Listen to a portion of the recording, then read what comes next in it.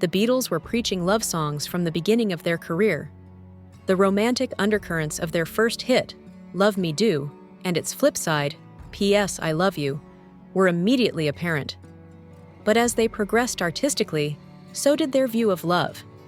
It shifted from an emphasis on interpersonal bonds to a belief in love as a healing power for all humanity. The Word, a single from the revolutionary Rubber Soul album released in 1965, was a watershed moment in this transition.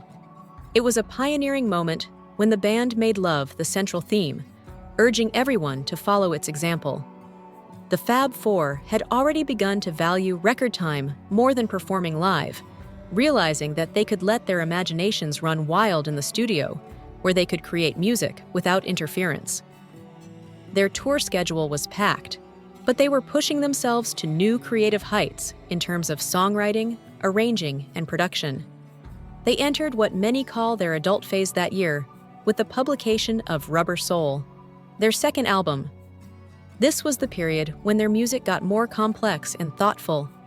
The Word showcased their adventurous spirit in terms of music. The band's members had studied music from the East, namely the concept of constructing a song from a single chord. The track's structure was unusual for a pop band of that era, demonstrating their desire to push limits, even if they didn't fully follow this idea.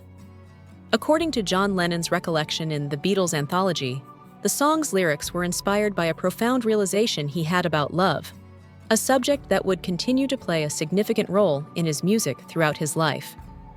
Love, he said, was the answer to all his problems at that particular moment. He thought back on how he had originally articulated this concept in the Word during the Rubber Soul sessions, highlighting the ways in which love was a common thread running across many writings and ideologies, demonstrating its importance as an eternal truth. The fact that the Word came before the Beatles' meetings with the Maharishi Mahesh Yogi and their subsequent investigation of Eastern religions and spirituality is what makes it so intriguing. Lyrically, it seems like a guru is trying to get people to see love as the key to enlightenment. The band seemed to be growing more conscious of the power they had over their listeners, with lyrics like "Say the word and you'll be free," "Say the word and be like me." Along the way, they reflect on their own path to comprehending the message. Initially, I misunderstood. But now that I understand, the term is excellent. Many individuals look for meaning in many areas, but they frequently fail to discover the correct way, as Lennon suggests when he says that love is in the excellent and the terrible books that I have read. The song concludes with a straightforward yet deep statement: love is the only word that comes to mind. Even though the Fab Four would further develop and elaborate on this theme in subsequent songs, the Word marks a watershed point in their development.